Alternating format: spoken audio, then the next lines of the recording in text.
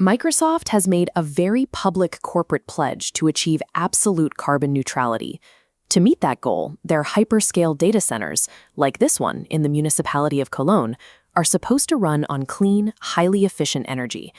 But because the local grid cannot officially connect them until 2027, Microsoft has to run 7 massive gas generators for 12 hours a day, every day, just to cover their baseline operations. This facility is sitting in the middle of Querétaro, Latin America's epicenter for nearshoring. The state is absorbing billions of dollars in foreign investment to build cutting-edge industrial parks and advanced manufacturing hubs. Yet the executives and engineers arriving to run these facilities are encountering a failing grid. Zoned industrial parks and ultra-luxury neighborhoods are suffering multiple power blackouts on a daily basis. For an automotive or aerospace plant, a micro cut in power means precision robotics lose their synchronization. Entire batches of high-value production are ruined in a fraction of a second, resulting in severe financial penalties from buyers. To avoid those losses, over 100 high-tech companies in the state are now operating their own heavy diesel generators. They are funding a regressive, heavily polluting diesel economy simply to keep their machines running. Mexico actually generates enough electricity nationally. The crisis threatening Querétaro's economic boom is a physical inability to deliver that power to the specific places it is needed. We have to look at how a national grid actually functions. At the generation level, the federal electrical system produces sufficient power to meet current national demands. The failure occurs in transmission.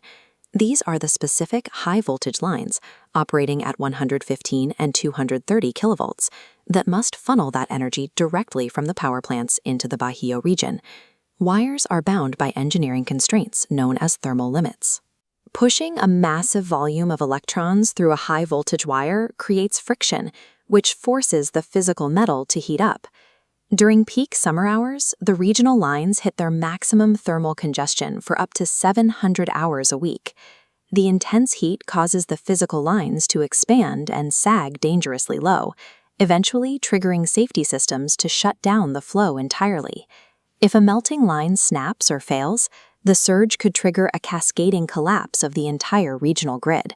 Authorities initiate preventative, localized blackouts to release the pressure before that happens. You can build as many power plants as you want. If the physical highway transporting the electrons is too narrow, the energy will never reach the factory floor. The strain on this highway is accelerating rapidly because of the unique, insatiable energy appetite of hyperscale data centers. This graph compares the power consumption of a standard city against a server farm. A city's demand peaks at dinner and drops significantly at night. A data center requires a completely flat load. It pulls maximum power 24 hours a day without a single dip. Because that demand never drops, the physical transformers on the grid never get a chance to cool down overnight. The equipment is kept permanently at the brink of failure. The incoming wave of data centers slated for construction in Querétaro is demanding 900 megawatts of new power. This chart puts that 900 megawatts into perspective. In 2023, the entire connected capacity for the state of Querétaro was 1,162 megawatts.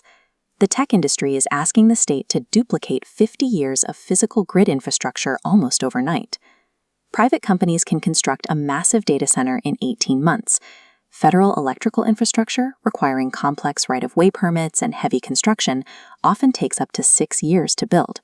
To bypass this delay, Querétaro attempted an aggressive political maneuver. The local government tried to use $300 million of state funds to build its own regional transmission network near the airport, which they would then hand over to the federal authorities. This autonomy experiment hit a bureaucratic wall. The state has the capital, but obtaining the necessary permits and interconnections from the centralized Federal Energy Commission has proven incredibly slow. The federal government does have a plan for 2025, starting with the completion of the Sauz II combined cycle plant.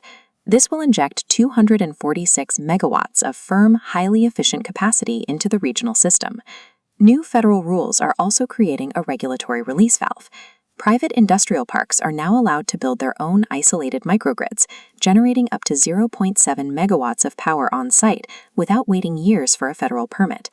But electricity is only half the equation. Even if the transmission bottleneck is solved, these server racks run incredibly hot. Data centers require millions of liters of water for cooling, threatening to drain aquifers in a state that already lacks enough water for its population.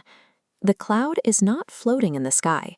It is tethered to the ground by thick wires, waste heat, and massive volumes of water. Querétaro proves that no matter how fast the digital economy moves, physical infrastructure is the ultimate speed limit.